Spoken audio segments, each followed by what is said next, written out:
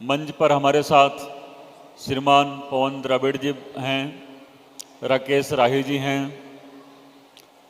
ये लोग विश्व स्तर के गायक हैं और ये भजन सुनाते हैं, आज भी सुनाएंगे और हम सभी इसका आनंद लेंगे। लेकिन मैं 5 ही श्लोक क्यों बोल रहा हूं बताइए?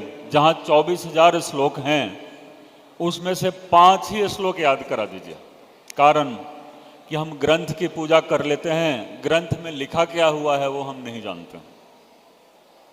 हमारे यहाँ परंपरा है, देखिए, सबसे पहले श्लोक की रचना महर्षि वाल्मीकि जी ने की थी और क्रौंच वध के बाद जो उनके मुखारविंद से जो वाणी निकली थी वो लौकिक साहित्य में श्लोक का नाम उसको दिया गया। तो पहला श्लोक जो हमारे देश में आया, हमारी परंपरा में आया, वो आदि कवि महर्षि वाल्मीकि जी के मुखारविंद से आया था। देखिए, ये जो तीर्थ है ये सबके लिए है, सभी धर्मों के लिए है, सभी जाति के लिए है और मैं इन सब चीज़ों में विश्वास नहीं करता हूँ कि हाँ ये छुआछूत है तो ये है वैसे है।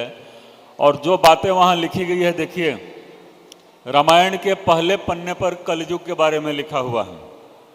भगवान वाल्मीकि जी ने आदि ग्रंथ रामायण में पहला पन्ना ही पढ़ लीजिए तो उस पर क्या लिखा हुआ है?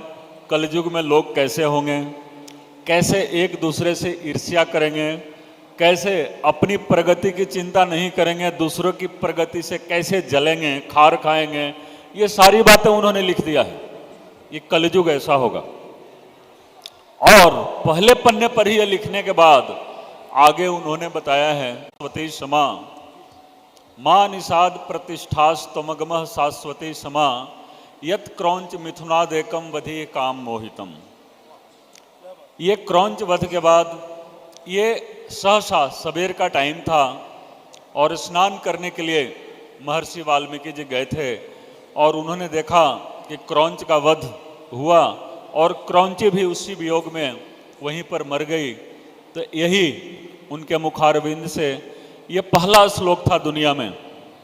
और उसके बाद उन्होंने देखा कि उनके मुंह से ऐसी वाणी निकल गई तो उन्होंने रामायण की रचना शुरू कर दी।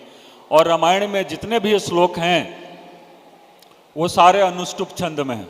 अनुष्टुप छंद होता है और वो एक ही तरीके के हैं। उसमें आप देखें कि अनुस्वार, विसर्ग और कौमा सारा 24 के 24,000 श्लोक में जो चौथे स्थान पर है वो चौथे स्थान पर होगा, जो 8वें स्थान पर है वो 8वें स्थान पर होगा। आप सोचिए कि कितने साइंस की जरूरत पड़ी होगी। तो आप देखें कि एक श्लोक के बाद से रामायण की रचना हुई। और जो हम बोलते हैं ना कि विज्ञान आज काफी उन्नति कर गया है, वो साइंस जो था उस समय, वो साइंस आज नहीं है। और जो रामायण में साइंस है उसके बारे में तुलसीदास जी ने भी बोला है। और बोलते हुए उन्होंने रामायण में ही लिखा है कि श्री वाल्मीकि विज्ञान विशारद। महर्षि वाल्मीकि जी को तुलसीदास जी ने विज्ञान विशारद बोला है। आप बताइए, विज्ञान विशारद। तो आप देखेंगे कि जो रामायण है उसको अगर हम फॉलो करते हैं, उसमें दिए हुए रास्ते पर चलते हैं, फिर तो हमारा कल्याण है कलयुग में। और अगर हम उसको पालन नहीं करते हैं तो हमारा कल्याण नहीं होगा। इसलिए हमारा आग्रह है हर व्यक्ति से, हर प्राणी से, कि रामायण में जो संदेश हमें महर्षि वाल्मीकि जी ने दिया है उसको फॉलो करना है, उन्हीं रास्तों पर चलना है।